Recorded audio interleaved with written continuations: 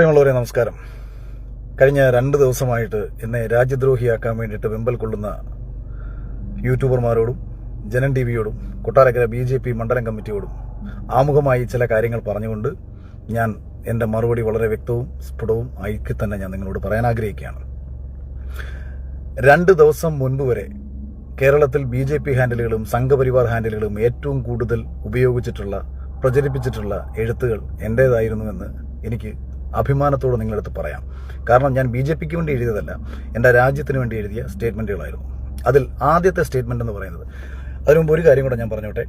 ഇത് ഒരുത്തനെയും ബോധിപ്പിക്കാനല്ല, പക്ഷേ ഒരാൾക്കെതിരെ അനാവശ്യമായിട്ടുള്ള ഒരു ആരോപണം ഉന്നയിക്കുമ്പോൾ അയാളുടെ സ്റ്റാൻഡ് എന്താണ്, അയാൾ എന്താണ് പറഞ്ഞത് എന്ന് മനസ്സിലാക്കാൻ ബോധമില്ലാത്ത, എനിക്കെതിരെ പച്ചക്കള്ളം എഴുതി പ്രചരിപ്പിച്ച ജനം ടിവിയോടും എനിക്കെതിരെ ഒരു കേസ്, ഒരു പരാതി കൊടുക്കുന്ന സമയത്ത് അടിസ്ഥാനരഹിതമായ കാര്യങ്ങൾ ആ പരാതിയിൽ എഴുതി ചേർത്ത കൊട്ടാരക്കര BJP മണ്ഡലം കമ്മിറ്റിയോടും പരാതി കൊടുക്കുകയോ കേസെടുക്കുകയോ പോലീസ് പിടിച്ചകത്തിടുകയോ ഇതൊന്നും എന്നെ സംബന്ധിച്ച് ഒരു പ്രശ്നമുള്ള കാര്യമല്ല.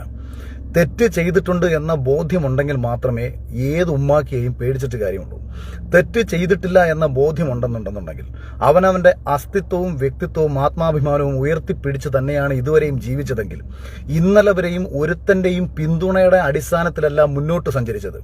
പറയാനുള്ളത് ആത്മധൈര്യത്തോടുകൂടി പറഞ്ഞു തന്നെയാണ് ഇന്നലെ വരെ സഞ്ചരിച്ചത്. ഇടയ്ക്കെപ്പോഴയോ വന്നു ചേർന്നവർ മാത്രമാണ് എന്നെ അനുകൂലിച്ചിട്ടുള്ളവർ എന്ന് മാത്രമാണ് ഞാൻ എന്നും വിശ്വസിക്കുന്നത്. വിഷയങ്ങളുടെ അടിസ്ഥാനത്തിൽ ഓരോരുത്തരും എനിക്ക് ചാർത്തിത്തരുന്ന പട്ടങ്ങളെ ചിരിച്ചുകൊണ്ട് പുച്ഛത്തോടുകൂടി പലപ്പോഴും ഞാൻ തള്ളിക്കളഞ്ഞിട്ടേ ഉള്ളൂ. ഇനി ആദ്യം ജനം ടിവിയുടെ ഒരു വിഷയത്തിലേക്ക് കടക്കുന്നതിന് മുൻപാണ്, അതുപോലെ തന്നെ ഞാൻ ഒരു കാര്യം കൂടെ കൂട്ടിച്ചേർക്കാം. ആർക്കും എന്നോട് വിഷയാധിഷ്ഠിതമായി എന്ത് കാര്യങ്ങളും സംസാരിക്കാം, ഒരു പ്രശ്നവുമില്ല. പക്ഷേ ഇല്ലാ കഥകൾ പ്രചരിപ്പിക്കുന്നവരോടും വായി തോന്നുന്ന വിളിച്ചു പറയുന്നവരോടും മാത്രമാണ് ഞാൻ ഇപ്പോൾ ഈ ലൈവിൽ സംസാരിക്കാൻ ആഗ്രഹിക്കുന്നത്. അതിൽ ആമുഖമായി പറയുന്നത്, നിങ്ങൾ എന്തടിസ്ഥാനത്തിലാണ് എന്നെ രാജ്യദ്രോഹിയാക്കി മാറ്റാൻ ശ്രമിക്കുന്നത്? നിങ്ങൾ എന്തടിസ്ഥാനത്തിലാണ് കോൺഗ്രസിൽ ഒരു സീറ്റ് കിട്ടാൻ വേണ്ടിയിട്ടാണ് ഞാൻ ഇപ്രകാരം സംസാരിച്ചത് എന്ന് പറയുന്നത്?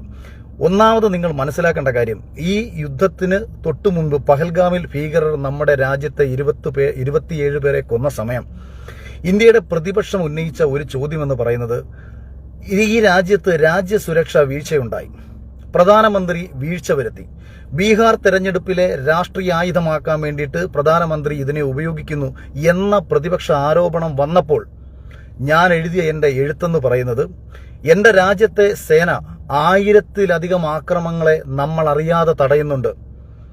നമ്മുടെ സേന തടയുന്ന ആക്രമണങ്ങൾ ഒന്നും തന്നെ നമ്മൾ അറിയാതെ പോകുകയും ഈ 1000-1 സംഭവിക്കുന്ന ഒരു അപകടത്തെ നമ്മൾ പർവ്വതീകരിക്കുകയും ചെയ്ത് നമ്മുടെ സേനയുടെ ആത്മാഭിമാനത്തെ ചോദ്യം ചെയ്യുന്നത് ശരിയല്ല.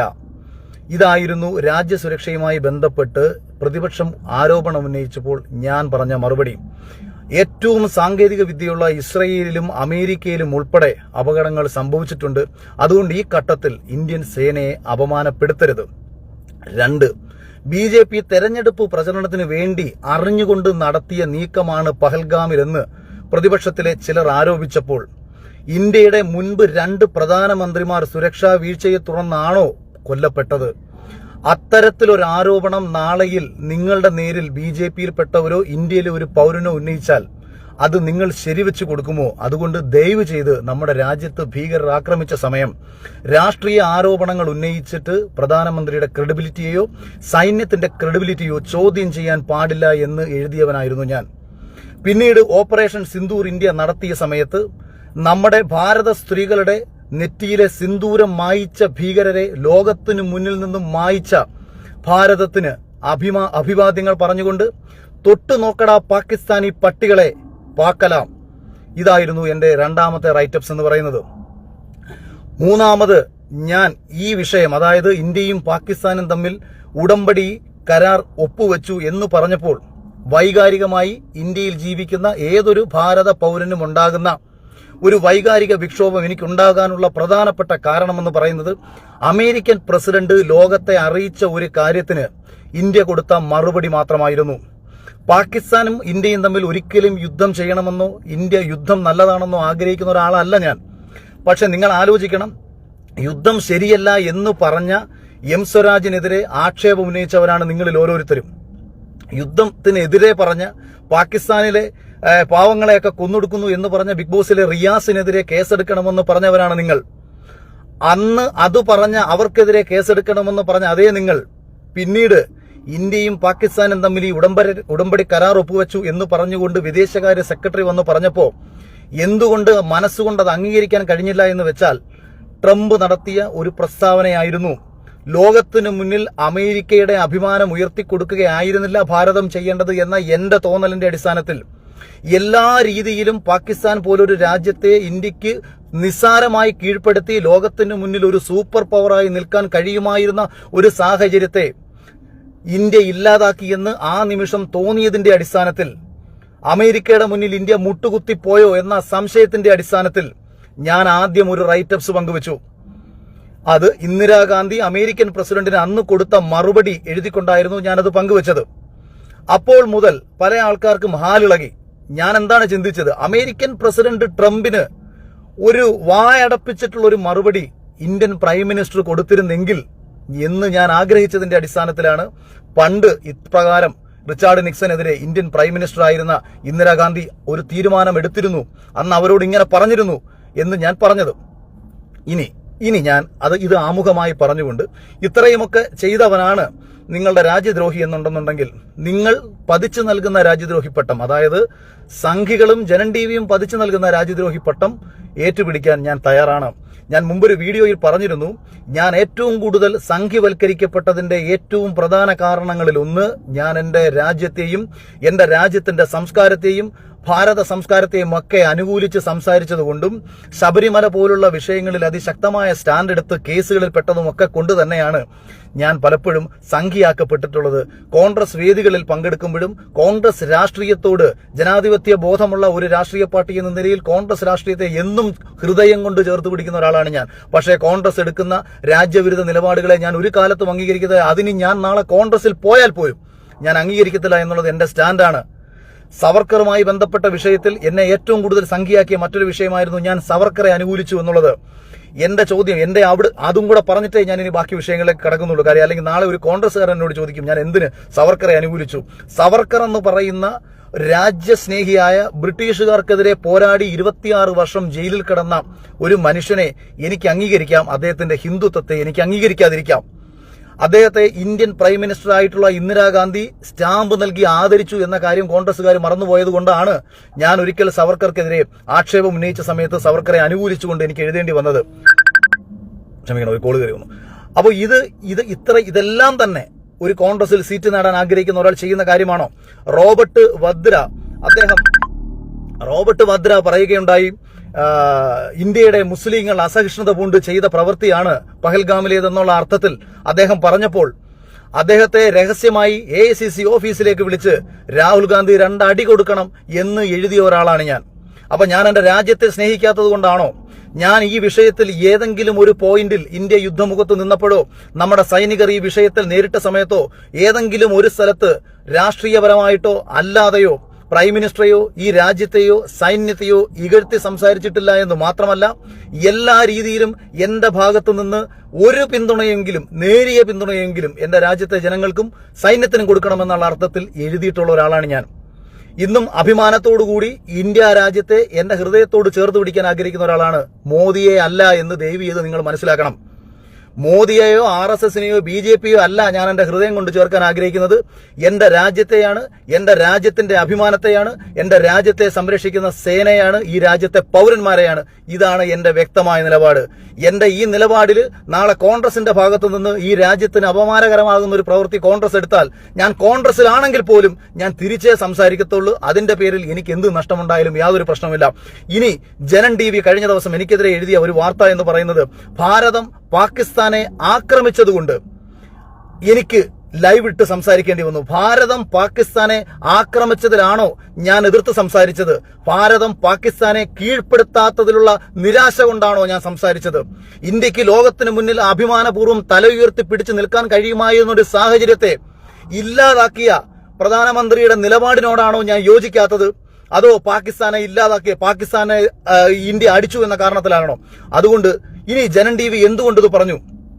ജനൻ TVയുടെ തലപ്പത്തിരിക്കുന്ന ആൾക്കാർ എന്നെ ഇതിനു മുമ്പ് രഹസ്യമായി വന്ന് കണ്ടിരുന്നു. ജനൻ ടിവിയുടെ ഒരു ചാർജ് എടുക്കാനും ജനൻ ടിവിയിൽ ഒരു പ്രോഗ്രാം ചെയ്യാനും ഇവർ എന്നെ സമീപിച്ചിരുന്നു. ഞാൻ അന്ന് അതൊരു താല്പര്യമില്ല എന്നാണ് പറഞ്ഞത്. അന്ന് ഒരു പക്ഷേ ആ ഒരു പരിപാടിയിൽ ഞാൻ പങ്കെടുത്താലും ഒരു കാരണവശാലും ജനത്തിന്റെ നിലപാടുകൾക്കൊപ്പം നിൽക്കാത്ത എന്തെങ്കിലും ഒരു പ്രോഗ്രാം ചെയ്തു തരാം എന്ന രീതിയിലായിരുന്നു അന്ന് ഞാൻ സംസാരിച്ചത്. അപ്പൊ ഒരു പക്ഷേ അവർ വിളിച്ച അവരുടെ ഓഫർ നിരസിച്ച എന്നോട് തോന്നിയിട്ടുള്ള ദേഷ്യം കൊണ്ടാവാം ഇമാതിരി നെറികേടും തെണ്ടിത്തരവും ഈ ജനൻ ടിവി അവന്റെ അടിയിലത്തെ വരിയിൽ എഴുതി വെച്ചത്. ഞാൻ ബലൂചിസ്ഥാനെ അനുകൂലിച്ചു എന്നതാണ് ഞാൻ ചെയ്ത ആ ഒരേ ഒരു തെറ്റ് എന്ന് എനിക്ക് തോന്നുന്ന ഒരു കാര്യം. അറിഞ്ഞോ അറിയാതെയോ ഒളിഞ്ഞും തെളിഞ്ഞും പരസ്യമായും രഹസ്യമായും നമ്മളിൽ പലരും പറഞ്ഞുകൊണ്ടിരിക്കുന്ന ഒരു വാചകം എന്റെ വായിൽ നിന്ന് വന്നു. അത് രാജ്യവിരുദ്ധത എന്നുള്ള രീതിയിൽ നിങ്ങൾ സംസാരിച്ചാലും എനിക്ക് ഒരിക്കലും അംഗീകരിക്കാൻ പറ്റില്ല. കാര്യം ബലൂചിസ്ഥാൻ ആർമി എല്ലാ അർത്ഥത്തിലും പിന്തുണ കൊടുത്തിട്ടുള്ളത് ഇന്ത്യ രാജ്യത്തിനാണ്. ബലൂചിസ്ഥാൻ പാകിസ്ഥാനെ ടെററിസ്റ്റ് കൺട്രി എന്ന് വിശേഷിപ്പിക്കുന്നു. ഇന്ത്യ എടുക്കുന്ന അതേ നിലപാടുകൾക്ക് ഒപ്പം നിൽക്കുന്ന ഒരു ഭാഗം പാകിസ്ഥാനിൽ ഉൾപ്പെട്ട പാകിസ്ഥാനെതിരെ സംസാരിക്കുന്ന ഇന്ത്യൻ ജനത പാകിസ്ഥാന് വേണ്ടിയിട്ട് യുദ്ധം ചെയ്ത സമയത്ത് പാകിസ്ഥാനെതിരെ ഒരേ സമയം അറ്റാക്ക് ചെയ്ത ഒരു ഭാഗത്തിനെ ഇന്ത്യ സഹായിച്ചിരുന്നു എന്ന ഒരു കാര്യം ആർമിയിലെ എനിക്കറിയാവുന്ന എന്റെ പ്രിയപ്പെട്ട റിട്ടയർഡ് ആയിട്ടുള്ള ഉദ്യോഗസ്ഥന്മാരും അല്ലെങ്കിൽ BJPയുടെ തന്നെ പല നേതാക്കന്മാരും ഒളിഞ്ഞും തെളിഞ്ഞുമൊക്കെ തന്നെ നമ്മളോട് പറഞ്ഞിട്ടുള്ള ഒരു വാചകമായിരുന്നു. ആകെ എന്റെ ഭാഗത്തു നിന്ന് ഒരു പബ്ലിക്കിനിടയിൽ സംസാരിച്ചപ്പോൾ പാടില്ലായിരുന്നു എന്ന് എനിക്ക് തോന്നിയ ഒരേ ഒരു സ്റ്റേറ്റ്മെന്റ്. യഥാർത്ഥത്തിൽ ഞാൻ അന്ന് അനിൽ നമ്പ്യാർക്കും ജനൻ ടിവിക്കും മറുപടി കൊടുത്ത സമയത്ത് അവസാന ഭാഗത്ത് ഒരു സർക്കാസ്റ്റിക് രൂപേണ, ഒരു പരിഹാസ രൂപേണ ഇപ്പോൾ ഇന്ത്യ പിന്മാറിയത് കൊണ്ട് ബലൂജികളുടെ കാര്യമാണ് കഷ്ടം, അവർ ഇന്ത്യ പാകിസ്ഥാനെ കീഴ്പ്പെടുത്തും, ഇതൊരു സ്വതന്ത്ര രാഷ്ട്രം, പണ്ട് ബംഗ്ലാദേശിന് സ്വതന്ത്ര രാഷ്ട്രം രൂപീകരിക്കാൻ വേണ്ടി ഇന്ത്യ മുൻകൈയെടുത്തതുപോലെ ബലൂചിസ്ഥാൻ ഒരു സ്വതന്ത്ര രാഷ്ട്രം രൂപീകരിക്കാൻ വേണ്ടി ഇന്ത്യ സഹായിക്കുമെന്ന് കരുതിയ ബലൂചിസ്ഥാനികൾക്ക് അബദ്ധം പറ്റിപ്പോയി എന്ന ഒരു അർത്ഥത്തിൽ ഒരു സർക്കാസ്റ്റിക് രൂപേണ ഇന്ത്യയുടെ ഈ നിലപാട് ഒരേ സമയം എന്നെ മാത്രമല്ല, അതായത് എനിക്ക് നിരാശ തോന്നി എന്ന് പറയുന്നത് ഞാൻ രാജ്യത്തെ സ്നേഹിക്കുന്ന ഒരാളായതുകൊണ്ടാണ് എനിക്ക് നിരാശ തോന്നിയത്, അതോടൊപ്പം തന്നെ ബലൂചികൾക്കും ഉണ്ടായി. ഇത് മാത്രമാണ് എന്റെ ഭാഗത്തു നിന്ന് ആ ലൈവിൽ ഞാൻ പറഞ്ഞു പോയേക്കുന്ന കാര്യങ്ങളിൽ ഒരു മിസ്റ്റേക്ക് എന്ന് എനിക്ക് സ്വയം തോന്നുന്ന ഒരേ ഒരു കാര്യം. അത് രാജ്യവിരുദ്ധത എന്ന അർത്ഥത്തിലല്ല. ഒരാൾ എന്നോട് അടിസ്ഥാനമുണ്ടോ, നിങ്ങളുടെ കയ്യിൽ തെളിവുണ്ടോ എന്ന് ചോദിച്ചാൽ തെളിവ് ഹാജരാക്കാൻ പറ്റാത്ത, എന്നാൽ ഇന്ത്യയിലെ എല്ലാവരും കാലങ്ങളായി ഒളിഞ്ഞും തെളിഞ്ഞും അംഗീകരിക്കുന്ന ഒരു കാര്യം പറഞ്ഞു എന്നത് മാറ്റി നിർത്തി കഴിഞ്ഞാൽ ഞാൻ ഒരു ഇന്ത്യ വിരുദ്ധ ശക്തിയല്ല അനുകൂലിച്ചത്. ഇനി ഇന്ത്യ വിരുദ്ധ ശക്തിയെ അനുകൂലിച്ചു എന്ന് പറഞ്ഞാൽ നിങ്ങൾ നേരെ മുരളീധരനോട് പോയി ചോദിക്കണം.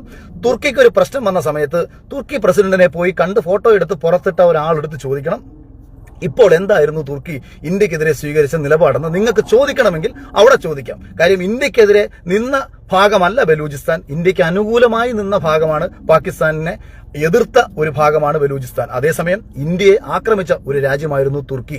ഈ തുർക്കിക്ക് പണം കൊടുത്തിട്ടുള്ളവരെയും തുർക്കിയെ സഹായിക്കാൻ വേണ്ടി ഇറങ്ങി പുറപ്പെട്ടിട്ടുള്ളവരെ ആരാണെന്ന് BJP നേതാക്കന്മാർക്കും അറിയാം, ഇവിടുത്തെ കമ്മ്യൂണിസ്റ്റ് നേതാക്കന്മാർക്കും അറിയാം. അതുകൊണ്ട് ആ രീതിയിൽ നിങ്ങൾ ചോദിച്ചാൽ ആ ഒരു ഭാഗത്തേക്ക് പോവുക. ഇനി മൂന്നാമത്, രാജ്യവിരുദ്ധ പ്രസ്താവന ഇറക്കി എന്ന് പറഞ്ഞുകൊണ്ട് കൊട്ടാരക്കര BJP മണ്ഡലം കമ്മിറ്റി എനിക്കെതിരെ കൊട്ടാരക്കരയിൽ ഒരു പരാതി കൊടുത്തു. അതിൽ അവർ പറഞ്ഞിട്ടുള്ളതിൽ ഞാൻ വീണ്ടും പറയുന്നു, ഈ ബലൂചിസ്ഥാൻ വിഷയത്തിനകത്ത് എനിക്ക് തെറ്റുപറ്റിയെന്ന് ഞാൻ സ്വയം അഡ്മിറ്റ് ചെയ്യുന്ന ഒരാളാണ്. കാരണം ആ വിഷയത്തിനകത്ത് അടിസ്ഥാനം ഉന്നയിക്കത്തക്ക തെളിവുകൾ നൽകാൻ കഴിയില്ല. പക്ഷേ ഉന്നയിച്ച കാര്യങ്ങളോ മറ്റു വിഷയങ്ങളോ ഒന്നും ഞാൻ പറഞ്ഞത് ശരിയല്ല എന്ന് ഇന്ത്യയിലെ പലരും പറയില്ല എന്നുള്ള ഉറച്ച ബോധ്യവും എനിക്കുണ്ട്. പക്ഷേ അതേസമയം തന്നെ കൊട്ടാരക്കര മണ്ഡലം കമ്മിറ്റി അവിടെ പറഞ്ഞു വെച്ചേക്കുന്ന കാര്യങ്ങൾ എന്ന് പറയുന്നത് പാകിസ്ഥാനിലെ നിരായുധരെ കൊല്ലുന്നു എന്ന് ഞാൻ പറഞ്ഞുവെന്ന്. ഞാൻ ഒരിടത്തു പോലും അങ്ങനെ പറഞ്ഞിട്ടില്ല എന്നുള്ള കാര്യം എന്റെ ലൈവിൽ വളരെ വ്യക്തമാണ്. പിന്നെ പാകിസ്ഥാൻ ഇന്ത്യയെ ഭയപ്പെട്ടിരുന്നില്ല എന്ന് ഞാൻ പറഞ്ഞു.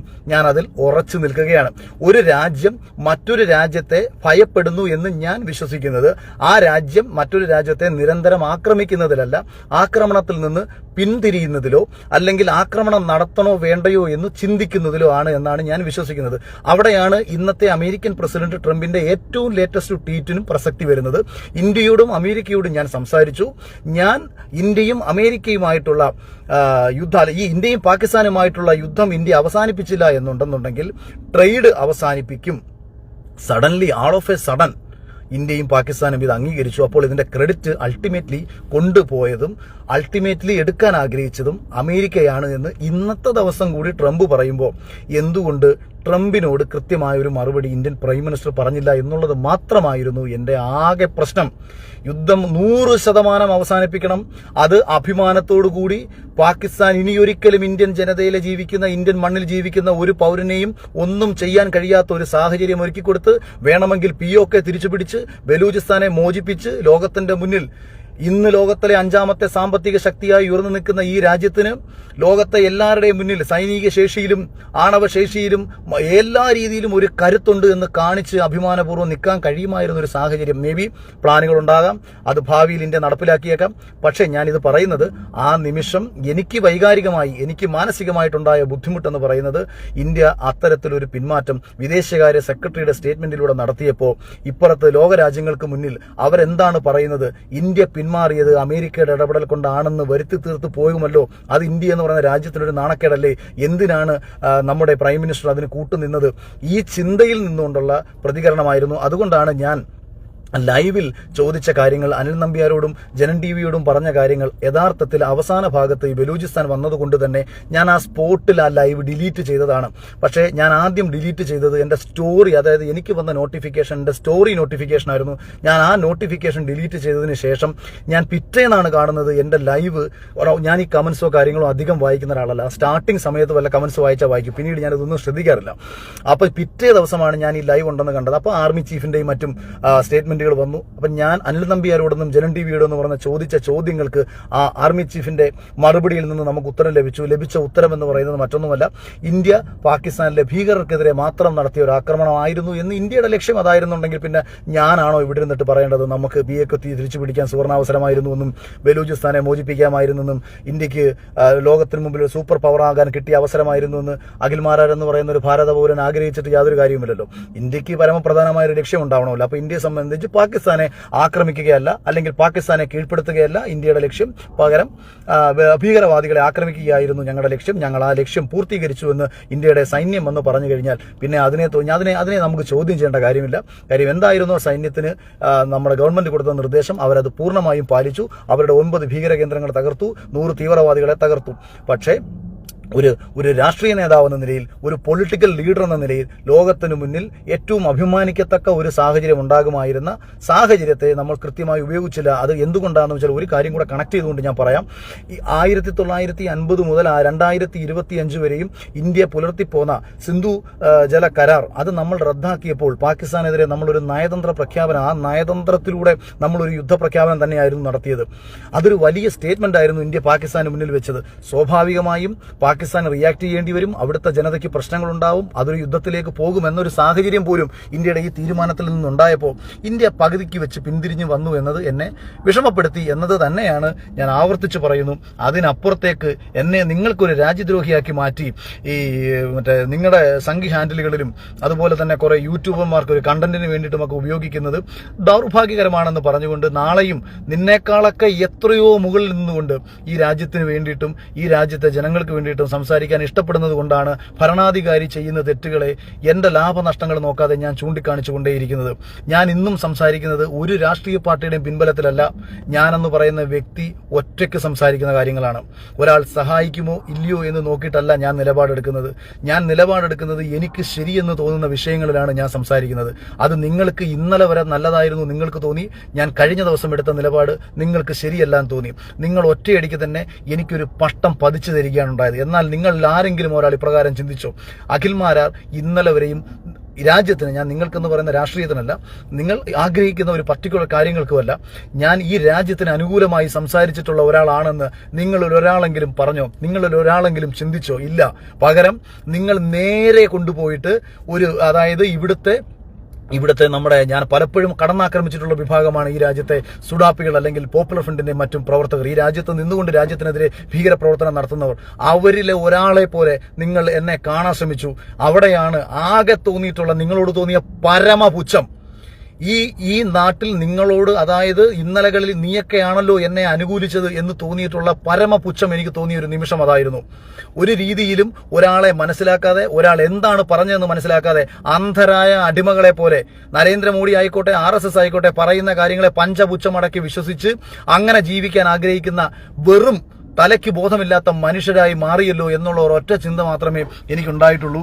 കൂടുതലൊന്നും ഇതിൽ പറയാനില്ല. ജനൻ ടിവിയിൽ വരാൻ താല്പര്യമില്ലാത്തത് കൊണ്ടാണെന്ന് തോന്നുന്നു ജനൻ ടിവി എനിക്കെതിരെ പറഞ്ഞത്. കൊട്ടാരക്കര BJP മണ്ഡലം കമ്മിറ്റിയുടെ ആ സ്റ്റേറ്റ്മെന്റ് ഞാൻ ഈ ലൈവിനിടയിൽ ഞാൻ മറന്നുപോയി.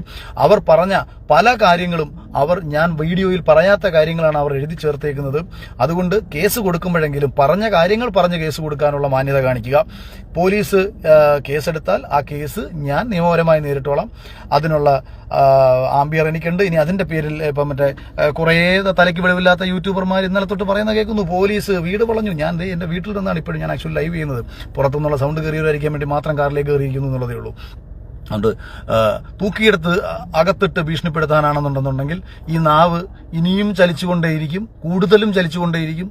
ഇനിയും മരിക്കുന്നിടത്തോളം ഞാൻ നിങ്ങളെ എതിർത്തുകൊണ്ടേയിരിക്കും. Thank you. അപ്പൊ നമ്മുടെ അഖിൽമാരാർ എങ്ങനെ ഇപ്പൊ അടുത്തൊരു ലൈവായിട്ട് വന്നിട്ടുണ്ട്. അപ്പൊ നിങ്ങൾ എല്ലാവരും കണ്ടല്ലോ. അപ്പൊ ആ ഒരു ലൈഫിനകത്ത് അഖിൽമാരാർ പറയുന്ന കാര്യങ്ങളെന്ന് പറഞ്ഞതിന്ന് എനിക്ക് മനസ്സിലായതെന്ന് പറഞ്ഞാൽ, ഇപ്പൊ മുമ്പൊക്കെ അഖിൽമാരാറുടെ ഒരു സ്റ്റാൻഡ് നോക്കിക്കഴിഞ്ഞാൽ അത്യാവശ്യം BJP അനുകൂലനാർന്ന് ഈ പറഞ്ഞ നമ്മുടെ അഖിൽമാരാർ എന്ന് പറഞ്ഞു കഴിഞ്ഞാൽ. പക്ഷെ ഇപ്പൊ അഖിൽമാരാർ BJP ആയിട്ട് തെറ്റിയിരിക്കുകയാണോ എന്നാണ് എന്റെ സംശയം. അതേപോലത്തെ രീതിക്കൊക്കെയാണ് പുള്ളിക്കാരന്റെ പറച്ചിലും. കാര്യം പലരും പുള്ളിക്കാരൻ ആ കഴിഞ്ഞ ദിവസം ഇട്ട ലൈവ് പലർക്കും ഇഷ്ടപ്പെട്ടില്ലായിരുന്നു. അത് പലരും രേഖപ്പെടുത്തി ചെയ്തായിരുന്നു. യൂട്യൂബിനകത്താണെങ്കിലൊക്കെ പലരും വീഡിയോസും കാര്യങ്ങളൊക്കെ ചെയ്തായിരുന്നു. അപ്പൊ അതിനെ പറ്റിയിട്ട് അഖിൽമാരാറിനെതിരെ സംസാരിച്ച അഖിൽമാരാർ രാജ്യദ്രോഹി എന്നൊക്കെ പറഞ്ഞിട്ട് പല തമ്മിലുകളും കാര്യങ്ങളും അങ്ങനെയൊക്കെ പോയായിരുന്നു. അപ്പൊ അങ്ങനത്തെ രീതിക്കൊക്കെ പോയ ആ ഒരു സംഭവത്തിനൊക്കെ ഒരു റിയാക്ഷൻ എന്ന വണ്ണമാണ് ഇപ്പൊ അഖിൽമാരാർ വന്നിട്ട് ഈ കാര്യമൊക്കെ പറയുന്നത്. പിന്നെ അത് അഖിൽമാരാറിന് പിന്നെ ഈ വാക്ചാതുര്യം എന്ന് പറയുന്ന സാധനം ഉള്ളതുകൊണ്ട് തന്നെ പുള്ളിക്കാരൻ എന്തൊക്കെ പുള്ളിക്കാരന്റെ പേരിൽ അലിഗേഷൻസ് പറഞ്ഞാലും പുള്ളിക്കാരനത് എങ്ങനെയെങ്കിലൊക്കെ മറിച്ച് തിരിച്ച് പുള്ളിക്കാരന് അനുകൂലമായിട്ടുള്ള രീതിക്കാക്കി എടുക്കും. അത് പുള്ളിക്കാരൻ്റെ ഒരു രീതി അങ്ങനെയാണ്. അതിപ്പോ നമ്മൾ ബിഗ് ബോസ് ഒക്കെ നോക്കിക്കഴിഞ്ഞാൽ നമ്മൾ കണ്ടിട്ടുള്ളതാണ്. പുള്ളിക്കാരന്റെ ആ ഒരു ശൈലിയും ആ ഒരു രീതിയും പരിപാടിയൊക്കെ അത് തന്നെയാണ് പുള്ളിക്കാരൻ ഇപ്പൊ ഇവിടെ ഉപയോഗിച്ചതെന്നാണ് എനിക്ക് പറയാനുള്ളത്. അല്ലാണ്ട് അതിനകത്ത് വേറെ പുള്ളിക്കാരൻ പറഞ്ഞതിനെ എല്ലാവരും മിസ്അണ്ടർസ്റ്റാൻഡ് ചെയ്തതാണ് എന്നൊക്കെയുള്ള രീതിക്കാണ് പുള്ളിക്കാരൻ അതിനെ പറഞ്ഞ് വെപ്പിക്കാനായിട്ട് ശ്രമിക്കുന്നതെന്നാണ് എനിക്കത് കണ്ടപ്പോൾ എനിക്ക് തോന്നിയത്. അല്ലാണ്ട് അതിനകത്ത് ഭയങ്കരമായിട്ടുള്ള കാര്യമുള്ളതൊന്നുമില്ല. എന്തായാലും ഇപ്പൊ ഈ യുദ്ധമൊക്കെ കഴിഞ്ഞല്ല, യുദ്ധമൊക്കെ ഏറെക്കുറെ കെട്ടടങ്ങിയല്ല. അപ്പൊ കെട്ടടങ്ങിയ സ്ഥിതിക്ക് ഈ ഒരു വിഷയവും ഇവിടെ നിർത്തിക്കൂടെ ഇവരെന്തിനാണ് പിന്നെ ഇതിനെപ്പറ്റി ചർച്ച ചെയ്ത് ഇത് ഇങ്ങനെ യുദ്ധം തീർന്നാലും ഈ ഇപ്പൊ നമ്മുടെ യൂട്യൂബിനകത്തെയും അല്ലെങ്കിൽ ഈ സോഷ്യൽ മീഡിയയിലെ യുദ്ധം തീരൂല എന്ന് പറഞ്ഞ കണക്കിനാണ് ഇവർ ഈ ഒരു കാണിപ്പൊക്കെ കണ്ടാൽ തോന്നുന്നതെന്ന് മാത്രമേ എനിക്കിതിനകത്ത് പറയാനുള്ളൂ. അപ്പൊ എന്താണ് നിങ്ങൾക്ക് ഈ അഖിൽമാരാർ പറഞ്ഞാൽ കേട്ടിട്ട് നിങ്ങൾക്ക് പറയാനുള്ളത് വീഡിയോയുടെ കമന്റ്. അപ്പോൾ ഒരു ഇഷ്ടപ്പെട്ട എല്ലാം സബ്സ്ക്രൈബ് ചെയ്യാൻ, ബെൽ ഐക്കൺ വീഡിയോ കാണുന്നവരൊക്കെ ബിസിയും.